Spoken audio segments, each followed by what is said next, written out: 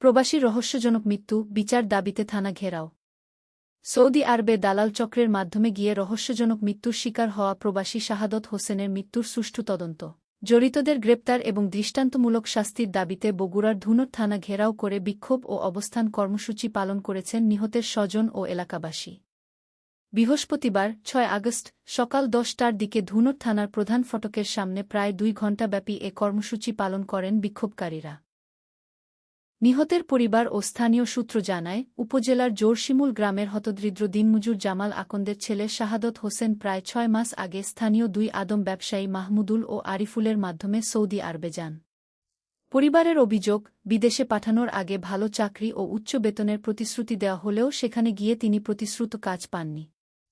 দীর্ঘদিন মানবেতর জীবনযাপন ও অনাহারে থাকার পর রহস্যজনকভাবে তার মৃত্যু হয়।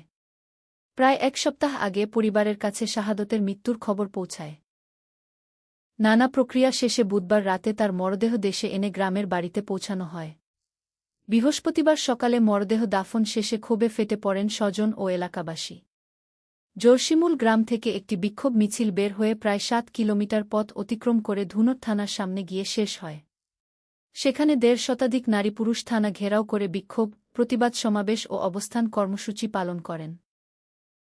এ সময় বিক্ষোভকারীরা বিভিন্ন স্লোগান দেন এবং শাহাদাত হোসেনের পরিবারের জন্য ন্যায়বিচার নিশ্চিত, ঘটনার সঙ্গে জড়িতদের দ্রুত গ্রেপ্তার করে দৃষ্টান্তমূলক শাস্তি গ্রহণের দাবি জানান।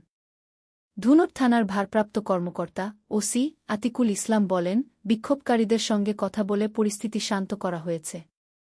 এছাড়াও তাদের বিচারের দাবিগুলো তদন্ত করে বিধিগত ব্যবস্থা নেওয়া হবে। কাল বেলা এলেই চেমে